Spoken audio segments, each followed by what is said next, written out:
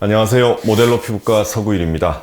저희 채널 구독자분들 중에 저희 고객들만 계시는 게 아니라 이 필러 회사 관계자들도 많으시고 또 의사 선생님들도 많은 것 같습니다. 작년 봄에 부산에 공치러 갔다가 공항에 이제 백 찾는 곳에서 웬 젊은 남자분이 본인이 채널 구독자라며 의사인데 반갑게 인사를 하신 적이 있어서 그때 이게 우리 채널을 많은 분들이 보시는구나, 좀 더 정확하고 객관적인 그런 정보를 드려야 되겠구나, 그런 생각을 더 하게 되었습니다. 그래서 오늘은 의사 선생님들 구독자들을 위한 정보를 한번 추려 보았습니다. 처음에는 전체적인 개론적인 부분에 대해서 간단히 좀 설명을 드리고 그 다음엔 강론으로 넘어가겠습니다. 근데 내용이 좀 많기 때문에 일단 오늘은 맛배기로 개론적인 부분을 집중적으로 설명드리고 다음에 하나하나 강론 부분은 또 2탄, 3탄 이렇게 시리즈로 만들어 보겠습니다. 저희 채널 의사 구독자분들이 대부분 아마 비기너 레벨인 분들이 많으실 겁니다. 그래서 좀 가급적 비기너 선생님들을 위한 수준으로 좀 말씀을 드릴게요. 첫 번째는 이 캐뉼라를 좀 쓰는 것을 일상화하라, 습관화하라, 그걸 좀 말씀드리고 싶습니다. 캐뉼라가 좀 길기 때문에 처음 사용할 때 시술하기가 좀 어렵습니다. 이게 엔트리 포인트를 구멍을 내야 되죠. 그 다음에 기니까 이게 좀 잘 시술이 이분하게 잘 안 될 수도 있고요. 저도 이게 사실은 처음에 지방이식을 과거에 한 2003, 4년부터 굉장히 많이 했었거든요. 지방이식 하면서 이 캐뉼라 쓰는 것을 제가 배웠기 때문에 저는 이 필러 쓰는 데 있어서 그게 특별히 어려움은 없었습니다만 이 처음부터 캐뉼라를 쓰실 분들은 조금 어려움이 있을 것입니다. 그러나 이 캐뉼라가 일단 멍이 안 듭니다. 깊이 있는 그 혈관은 겉으로 보일 수가 없기 때문에 사실 우리가 볼루마이징 그런 필러를 하면서 이 밑에 있는 혈관 구조들을 알 수가 없잖아요. 그런 어떤 멍이 들면 크게 혈종이 들 수 있는데 그런 위험성을 근본적으로 좀 막아줄 수 있다는 거. 그러니까 멍이 한번 들면 엄청난 헤마토마가 생깁니다. 그러면 사실 아무리 그게 뭐 없어진다 그래도 우리가 이제 필러나 보톡스를 받으시는 분들의 성향 자체가 남들한테 모르게 티 안 나게 일상생활 지장 없게 하려고 받으시는 건데 막 이렇게 부어가지고 헤마토마가 생긴다든지 뭐 그 수준은 아니더라도 이렇게 퍼렇게 멍이 들면은 아무래도 불편하시죠. 그래서 일단 멍을 근본적으로 좀 막아주는 것이 그런 어떤 고객 관리 측면에서 고객과의 라포를 쌓는 면에서 이 병원은 멍도 안 들어, 이런 어떤 신뢰 관계를 쌓을 수 있다는 점이 가장 큰 장점이라 생각됩니다. 그리고 더 중요한 것은 이제 법적인 문제죠. 이게 만약에 바늘을 써서 시술을 하다가 무슨 어떤 피부 괴사라든지 혹은 혈관 내로 주입이 돼서 그런 어떤 무슨 실명이라든지 그런 끔찍한 부작용이 생겼을 때 만약에 바늘을 써서 그런 일이 생기면 그에 대한 또 법적 책임이 더 클 수 있습니다. 그래서 처음에 시작하기가 어렵겠지만 이 캐뉼라를 쓰는 것을 저는 강추드리고 싶습니다. 멍드는 거 예방하고 두 번째는 어떤 피부 괴사나 실명 같은 혈관 내 주입으로 인한 그런 끔찍한 부작용을 막기 위해서 그런 것이고요. 또 하시다 보면 이게 처음에는 좀 어려워도 훨씬 속도가 빨라집니다. 저는 보통 한 분 시술을 대개 10분 안에 끝냅니다. 5분에서 10분 안에. 제가 농담삼아 어디 이런 필러 빨리하기 올림픽 대회에 나간다 그러면 제가 금메달 딸 거라고 늘 얘기를 하는데 그렇게 된 가장 근본적인 비결은 캐뉼라입니다. 이마 같은 경우도 만약에 제가 바늘로 하면 바늘 길이가 1.25cm 밖에 안 되지 않습니까? 그런데 이 캐뉼라는 한 5cm 이상 된단 말이죠. 1.25cm로 이 넓은 이마를 다 커버하려고 하면 적어도 한 30분 걸릴 일이에요. 그런데 이 캐뉼라를 하면 10분 안에 끝낼 수 있습니다. 그래서 속도도 굉장히 빨라지는 거죠. 그래서 멍을 예방하고 그런 혈관 내 주입으로 인한 부작용을 예방할 수 있고 그리고 속도를 높일 수 있고 좀 더 편편하게 할 수 있어요. 그리고 이게 기니까 이분하게 넣기만 한다면 훨씬 편편한 결과를 얻을 수 있기 때문에 좀 어렵더라도 캐뉼라 사용을 할 것을 강추드리고 싶습니다. 필러의 종류가 굉장히 많습니다만 지금은 녹일 수 있는 히알루론산 필러가 전체 필러 시장의 대세가 되고 있습니다. 당연한 얘기겠지만 녹일 수 있기 때문에 어떤 부작용이 생겼을 때 우리가 그것을 원상 회복시킬 수 있다는 것이 가장 큰 장점인 것이죠. 근데 그 외에 지금 무슨 콜라겐 형성 촉진하는 그런 필러들, 뭐 예를 들면 캘슘 필러, 뭐 레디어스라든지 그다음에 뭐 스컬트라라든지 이런 것들이 많이 나와 있습니다. 이런 것들이 다 합법적으로 쓸 수 있는 것들인데, 근데 이런 것들이 만약에 잘못되었을 때 우리가 그것을 어떻게 해결해 줄 수 있느냐? 사실은 방법이 없어요. 물론 없어지는 거긴 하지만 몇 년을 기다려야 되는 것이고, 심지어는 잘 안 없어지는 경우도 있습니다. 5, 6년이 지나도 그런 것들이 콜라겐 형성이 촉진된 것이 이미 흉살로 자리 잡으면, 특히 눈 밑같이 이렇게 피부가 얇고 이런 곳에 생긴 그런 결절 같은 것들은 뭐 5년, 6년, 10년 안 없어지는 그런 경우도 제가 꽤 많이 봤습니다. 그래서 이것은 물론 그런 콜라겐 형성 촉진 그 필러를 쓰시는 선생님들이 잘못됐다는 얘기가 아니고, 이 처음 시작하시면서 괜히 그런 일로 문제가 생겼을 때 마음고생 하실까봐 저는 히알루론산 필러만 쓰실 것을 처음에 좀 권해드리고 싶습니다.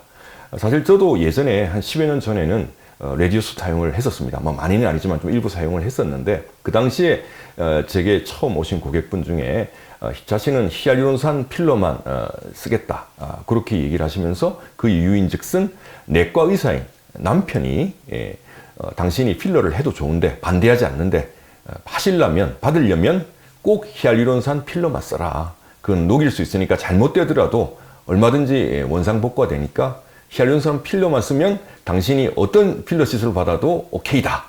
그렇게 얘기를 하시더군요. 근데 그게 그분 뭐 내과 선생님 제가 모르는 분이세요. 근데 그 얘기를 듣는 순간 원래도 제가 생각은 하고 있었지만 제 생각이 맞다는 것을 다시 한번 깨달았고, 사실은 그 예전에 한번 레디어스를 쓰고 한 6개월인가 9개월쯤 지나서 한 분이 오셨는데 얼굴이 빵빵해졌다는 거예요. 자세히 보니까 예전에 맞았던 사압덕 보톡스 효과가 다 풀린 거예요. 근육이 막 커진 거죠. 그러니까 얼굴이 빵빵해 보이고, 명확하게 얘기는 안 하지만 몸무게도 한 2, 3kg 늘은 것 같아요. 그러다 보니 얼굴이 달덩이처럼 돼서 오신 거예요. 근데 이거를 뭐 해결해 줄 방법이 없지 않습니까? 그래서 그때 그냥 사각턱 보톡스를 그냥 차지 프리로 한번 해드리고 끝났던 경우가 있는데, 그래서 그런 일을 한번 경험하고 나니까 제가 아무리 잘해도 어떤 우리 고객 측의 어떤 시술 받는 환자 측의 어떤 팩터로 인해서 울퉁불퉁함도 생길 수 있고요. 그 다음에 빵빵해질 수도 있고요. 불어날 수도 있어요. 그러니까 제가 제어할 수 없는, 컨트롤할 수 없는 여러 변수들이 시술 후에 생긴다는 거죠. 그랬을 때 만약에 그거를 원상복귀를 못 시킨다면 그 참 난감합니다. 그래서 우리가 시술 후에 발 뻗고 집에서 주무시려면 녹일 수 있는 히알루론산 필러만 쓰시라. 처음에는. 그리고 나중에 좀 자신감이 생기시면 그 다음에 뭐 콜라겐 형성 그런 필러도 조금씩 같이 하셔도 좋은데, 처음에는 저는 히알루론산 필러를 쓰실 것을 강추드립니다. 또 강조드리고 싶은 부분은 고객과 반드시 커뮤니케이션을 하라는 점입니다. 그래서 지금 보면 뭐 그냥 들리는 소문의 중저가 병원에서는 아무래도 그 어떤 의사의 시간을 줄이기 위해서 상담을 전혀 하지 않고, 상담은 상담 실장들이 알아서 하고, 예를 들면 이분은 뭐 종아리 보톡스 한 병 맞기로 했어요. 코에 팔자 필러에 뭐 한 병 맞기로 했어요. 이렇게 앞에서 다 상담이 끝나고 의사는 치료실에서 딱 누운 상태에서 이 간호사나 상담실장으로부터 이분은 뭐 어디에 뭐 하시기로 했어요. 그렇게 하고 시술을 받는다는 거죠. 근데 그렇게 하면 시술 결과가 좋을 수가 없어요. 그게 뭐 여러 가지 이유가 있습니다만, 이게 밸런스에 맞지 않는 경우도 있고요. 예를 들어서 이런 경우죠. 우리가 코요팔자를 하러 왔어요. 근데 자세히 보면 코요팔자가 그분이 여기가 많이 꺼져 있는 게 아니고 실제는 볼이 많이 꺼져 있는 거죠. 볼이 꺼져 있는데 이 팔자에만 드립다 이렇게 넣게 되면 여기가 튀어나와 보입니다. 여기는 꺼져 있고. 그러면 팔자는 없어졌는데 뭔가 좀 울퉁불퉁하고 오히려 더 이상한 거죠. 또 마찬가지로 이 이마 필러를 하시는데 관자놀이가 많이 꺼져 있어요. 근데 관자놀이를 교정하는 걸 안 한다든지, 아니면 콧대가 낮은 분인데 그 코필러를 같이 권하지 않는다든지, 그렇게 했을 때 이마는 팽팽해지고 좋아졌지만 결과적으로 여기도 울퉁불퉁하고 여기는 이렇게 낮고 그러면 안 이쁜 거죠. 전체적인 밸런스가. 이마는 좋아졌지만, 그래서 우리가 항상 사람을 볼 때는 전체를 보지 않습니까? 뭐 이마만 보고 다니고 뭐 이렇게 눈만 보는 게 아니잖아요. 전체적인 조화가 제일 중요하기 때문에 항상 그런 밸런스 측면에서 의사가 반드시 체크를 해줘야 되고요. 사실 더 중요한 거는 이게 의사와 이 고객 간에 동상이몽을 할 수가 있다는 거예요. 예를 들어서 제가 이거는 개원 초기에 경험했던 일인데요. 한 분이 50대 한 중반인데 딸 혼사를 앞두고 그 눈가에 보톡스를 맞으시겠다고 앞에 상담이 끝났어요. 그래서 그냥 눈가 보톡스는 가장 흔한 인디케이션이니까 그냥 아무 상담을 하지 않고 바로 시술을 해드렸고 일주일 후에 팔로우업에서 체크를 할 때 좀 어떠세요? 여쭤보니까 하나도 안 좋아졌다는 거예요. 아니 근데 눈가 보톡스가 안 좋아질 리가 없지 않습니까? 그래서 윙크를 해보시라고 그러니까 다 펴졌어요. 그래서 이거 보시라고 거울 보여드리면서 이거 쫙 펴지지 않아? 이 크로스피트 다 없어지지 않냐? 이렇게 말씀드리니까 그게 아니고 요 눈 밑에 요것도 눈 밑주름을 이제 가리키시는 거예요. 그러면서 이것도 눈가주름이잖아요. 사실은 눈가주름. 이 전체가 눈가지 않습니까? 그러니까 그때 제가 머리를 망치로 한 대 딱 맞은 듯한 그런 충격과 이거는 반드시 내가 의사가 상담을 해야 되겠구나. 그 고객이 원하는 것과 제가 원하는 것이 뭔지를 서로 딱 일치시켜야 되거든요. 그래서 그때부터는 이제 반드시 제가 10분씩 상담을 합니다. 뭐 아무리 바빠도 반드시 미리 직접 상담을 통해서 그분이 원하는 게 뭔지를 저는 요새는 반드시 그 거울을 들고 가리켜 보라 그래요. 그래서 눈가주름이라고 하지만 이 눈가주름인지를 확인하고 또 코옆 팔자를 얘기를 할 때 여기를 자꾸 얘기하시고 또 어떤 분은 여기를 얘기하세요. 그런 것에 대해서 명확하게 서로 간에 커뮤니케이션을 하는 거죠. 그게 사실은 커뮤니케이션이 제일 중요한 것 같아요. 그래서 그 얘기를 한 7, 8년 전인가 이제 같이 공치는 그 선배님, 의사 선배님하고 공치면서 그런 얘기를 했어요. 선배님 요새 제가 이 보톡스 기술은 그렇게 핸드 테크닉은 그렇게 많이 안 늘었는데 이 오랄 테크닉이 좀 많이 늘었습니다. 그러니까 그 선배님이 레이저 전문이시거든요. 그 같은 피부과 선배님이시는데 아니 서 원장 지금 개업한 지가 몇 년인데 이제 그걸 알았냐고. 레이저도 입으로 쏘는 거야. 그렇게 얘기를 하시는 거죠. 그만큼 고객과의 커뮤니케이션이 우리 시술의 첫 출발점이다. 그래서 고객이 원하는 게 뭐냐를 정확하게 파악을 하고 또 그 다음에 우리가 해줄 수 있는 그거를 제시를 해줘야 돼요. 그래서 저희가 흔히 하는 방법이 거울 진단법, 거울 진료법이라고 얘기를 하는데요. 거울을 보고 본인이 원하는 거를 딱 가리켜 보고요. 그리고 우리가 시뮬레이션으로 보여주는 거예요. 예를 들면 눈밑 꺼짐 같은 경우에 이렇게 손으로 눌러서 이 다크 티어트로프가 얼마나 개선되는지, 이 인디언 주름이 얼마나 이렇게 올라오는지, 그 다음에 이 submalar depression이 이게 꺼져 있으면 광대가 두드러져 보이고 울퉁불퉁한데 이런데 이렇게 살짝 잡아주는 거죠. 그러면 얼굴이 계란형으로 되고 그 볼륨감이 어느 정도 되는지 정확하진 않지만 그래도 본인이 예측할 수 있게 해주는 거죠. 그 결과에 대해서.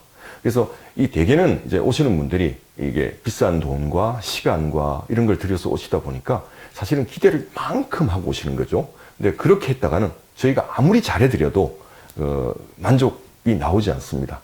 그것은 우리가 해드릴 수 있는, 우리가 아무리 잘해드려도 할 수 있는 결과가 있지 않습니까? 시술 결과. 그리고 고객이 원하는 것을 딱 일치시켰을 때 고객 만족도가 극대화되는 거예요. 그러니까 저희들이 아무리 잘한다 해드려도 우리가 협상이라는 걸 할 때 우리가 이렇게 원하고 이렇게 원한다고 해서 우리가 시술 수준을 이렇게 높이고 자기들의 어떤 반대편의 어떤 기대치를 이렇게 낮춰서 이렇게 맞출 수 있다면 얼마든지 우리가 하겠죠. 그렇게 할 수 없는 게 의료의 현실이지 않습니까? 고객이 아무리 기대를 해도 우리가 해줄 수 있는 건 정해져 있기 때문에 상담을 통해서 그들의 기대치를 낮추는 거죠. 낮춰서 우리가 해줄 수 있는 수준에 맞춰서 이렇게 상담을 해야만이 나중에 시술 결과에 대해서 말이 없고 또 만족을 하게 되는 거죠. 그래서 이 커뮤니케이션 하는 거, 시술 전 상담을 하는 것이 반드시 의사가 해야 된다. 그게 오늘 또 강조드리고 싶은 부분입니다. 그리고 또 강조될 부분은 개개의 어떤 테크닉보다는 전체적으로 보고 평가를 하고 우리 비기너 선생님들이 처음에 시작할 때 신경 써야 되는 부분이라고 생각합니다.